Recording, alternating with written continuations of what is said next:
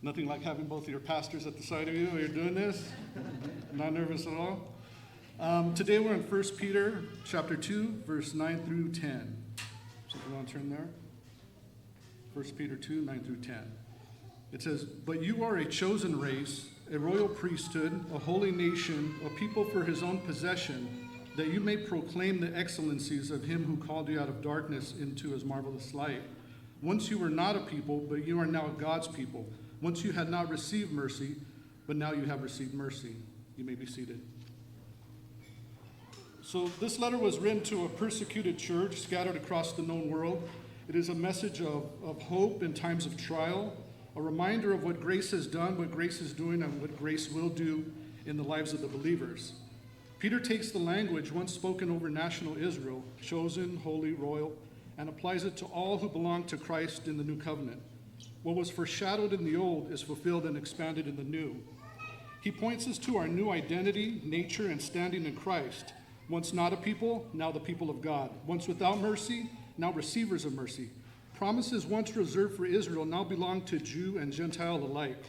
The mystery of God's eternal plan is revealed. The believers from all nations of the world are to be brought together as one united body in Christ. Under the old covenant, kings ruled and priests interceded. The two offices were kept separate, but in Christ, every believer is made part of a royal priesthood. No longer do we need a human mediator to intervene on our behalf.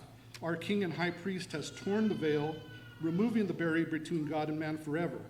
In him, the roles are united, foreshadowed in Melchizedek, king of Salem and king of righteousness, having neither beginning of days nor end of life. Now in Christ, we ourselves have access to the very throne room of God. We come not as strangers, but as sons and daughters. God himself says, "I will be a father to you, and you will be my children." Once we were rebels, strangers to his grace. Now we are adopted into his family.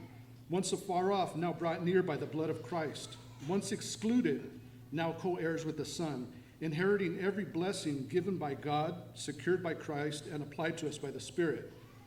Those who sat outside the kingdom now sit at the king's table. To his elect, God says, "You are my holy nation. You are my treasured possession." But why? So that we might proclaim his excellencies and carry his presence to the world.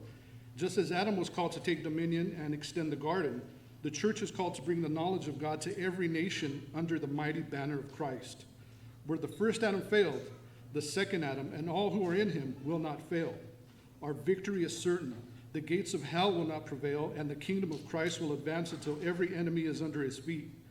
We are brought into the fold of God and saved by grace, and that grace transforms us, so we through the gospel will transform the world. For the glory of God and the good of man, world without end.